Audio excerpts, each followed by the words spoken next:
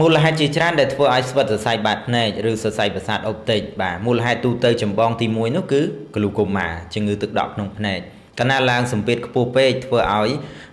ខូចសរសៃប្រសាទអុបតិចឬសរសៃបញ្ជូនទៅខួរក្បាលបន្តិចម្